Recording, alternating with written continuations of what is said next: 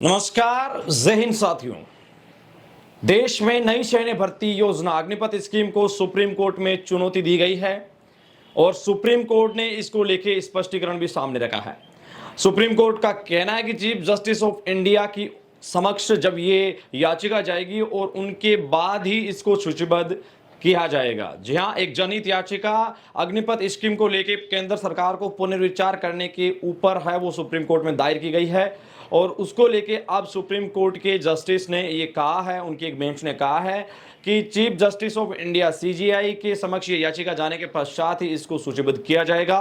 पूरी जानकारी क्या है मैं इस वीडियो के माध्यम से आपको बताने वाला हूं। लेटेस्ट अपडेट सामने आ रही है और अभी तक कई ऐसी पीआईएल है वो वहां सामने जा रही है, उसको लेके एक संपूर्ण जानकारी मैं आपके साथ शेयर करूंगा। लेकिन सबसे बड़ी अपडेट ये है कि सुप्रीम कोर्ट के समक्ष है वो ये एक याचिका है वो गई है और उस याचिका के ऊपर मुख्य तौर से जो बात सामने आई वो है ये है कि सीजीआई जो सुप्रीम कोर्ट के चीफ जस्टिस ऑफ इंडिया है, मुख्य न्यायाधीश है, उनके सामने ये रखा जाएगा। उनके समक्ष होने के पश्चात इसको सूचीबद्ध किया जाएगा। आइए पूरी की पूरी जानकारी आपसे साझा करते हैं। देखिए साथियों, 14 जून को जैसे ही भारत में अग्निपथ स्कीम को लेके जो आधिकारिक पुष्टि हुई उसके पश्चात देश में लगातार विरोध प्रदर्शन हो रहे हैं, अभी भी निरंतर जारी है और कई राज्यों में इसको लेके लगातार जो विरोध के स्वर है वो तेज हैं। कई संगठन इसको लेके भारत बंद बुलाने का भी आह्वान कर चुके हैं। इसी बीच जो कानूनी प्रक्रिया है उसकी ओर से सबसे पहले एक जनहित याचिका दायर हुई है।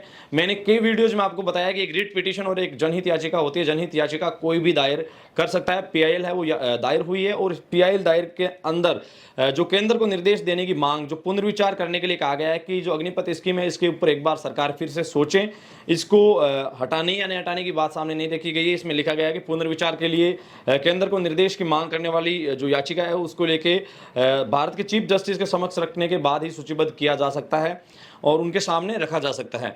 जब जस्टिस सिटी रवि कुमार और जस्टिस सुधांशु धूलिया की जो अवकाश पीठ है, अवकाश पीठ का मैंने कई बार जिक्र किया है कि वर्तमान में कोर्ट की छुट्टियां चल रही है, जो कई लोग एक्सेप्ट ही नहीं करते कि सर क्या है, डिले हो रहा है। कोर्ट की छुट्टियां चल रही है, इस छुट्टियों के अंदर जो वेकेशनल जो बेंच होती है, जो छुट्टियों के दौरान काम करती है, वो बेंच है वो उसमें काम करती है। उस बेंच का कहना है कि याचिकाकर्ता ने इसको लेके जो याचिकाकर्ता के जो वकील है उन्होंने इस पीठ से सवाल किया कि इस याचिका को सूचीबद्ध किया जाए। तो साथ साथ उन्होंने ये भी कहा कि इस योजना के कार्यान्वयन पर रोक लगाने की भी मांग की गई है।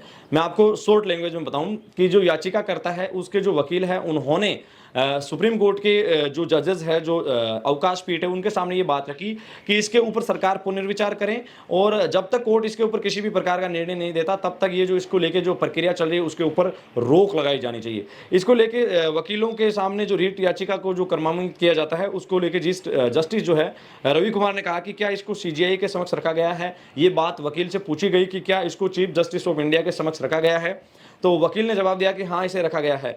तो फिर अवकाश पीठ के जो वकील जो लॉयर्स हैं उन्होंने याचिकाकर्ता से कहा, जो जजेस हैं उनकी बेंच ने लॉयर से कहा कि सर्कुलर के अनुसार, मतलब नियम और जो उनकी सर्कुलर होती है जो भी जज की, उसके अनुसार ऐसे सभी मामलों को सीजीआई के समक्ष रखा जाना है, क्योंकि चीफ जस्टिस ऑफ इंडिया के सामने ये सभी के सभी मुद्दे जाएंगे और अगर ऐसा होता है तो हम विचार कर सकते हैं। मतलब सीधा कहना है कि ये सबसे पहले ये जो है ये चीफ जस्टिस ऑफ इंडिया के समक्ष जाएगा और उनके द्वारा इसको सूचीबद्ध करने के लिए रखा जाएगा। अब बताया जा रहा है कि चीफ जस्टिस ऑफ इंडिया इसको लेके एक अलग बेंच का गठन भी कर सकते हैं। ये बात है वो प्रमुख रूप से सामने आ रही है।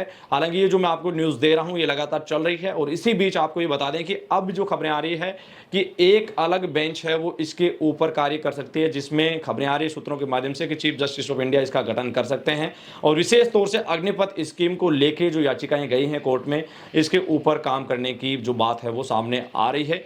तो ये थी ताज़ा अपडेट। आप भी इस अपडेट के माध्यम से हमसे जुड़े हुए हैं तो आपको बता दें कि विशेष तौर पे अग्निपथ स्कीम को लेके ही अभी कोर्ट के अंदर कार्रवाई चल रही है और छुट्टियां चल रही है। इसकी वजह से कई जो अवकाश पीठ होती है, जो वेकेशनल बेंच होती है, उसके सामने ये बातें गई है। विशेष तौर पे अब उम्मीद ये है कि जुलाई के सेशन में इनकी शुरुआत हो जाएगी कोर्ट की, तब ये कार्रवाई और ज़्यादा तेज हो सकती है। लेकिन जो खबर ये आई है कि इसको लेकर अलग बेंच का गठन किया जा सकता है, तो ये वाकई में काफ़ी डिफरेंट होगा और देखना होगा कि कोर्ट और कानूनी कार्रवाई अब इसमें किस तरीके से आगे आ पाती है और क्या इसको लेकर ताज़ा अपडेट आएगी, वो भी हम आपके साथ बेहद जल्द साझा करेंगे। लेकिन प्रमुख खबर यही है कि इसको लेके चीफ जस्टिस ऑफ इंडिया के समक्ष मुद्दा रखा जाएगा, ये याचिका की जो बातें हैं वो रखी जाएगी और उसके पश्चात इसको सूचीबद्ध करके आगामी प्रक्रिया है वो फॉलो की जाएगी। लेकिन विशेष तौर पर खबर ये भी आ रही है कि इसको लेके एक अलग जो है बेंच है वो गठित हो सकती है।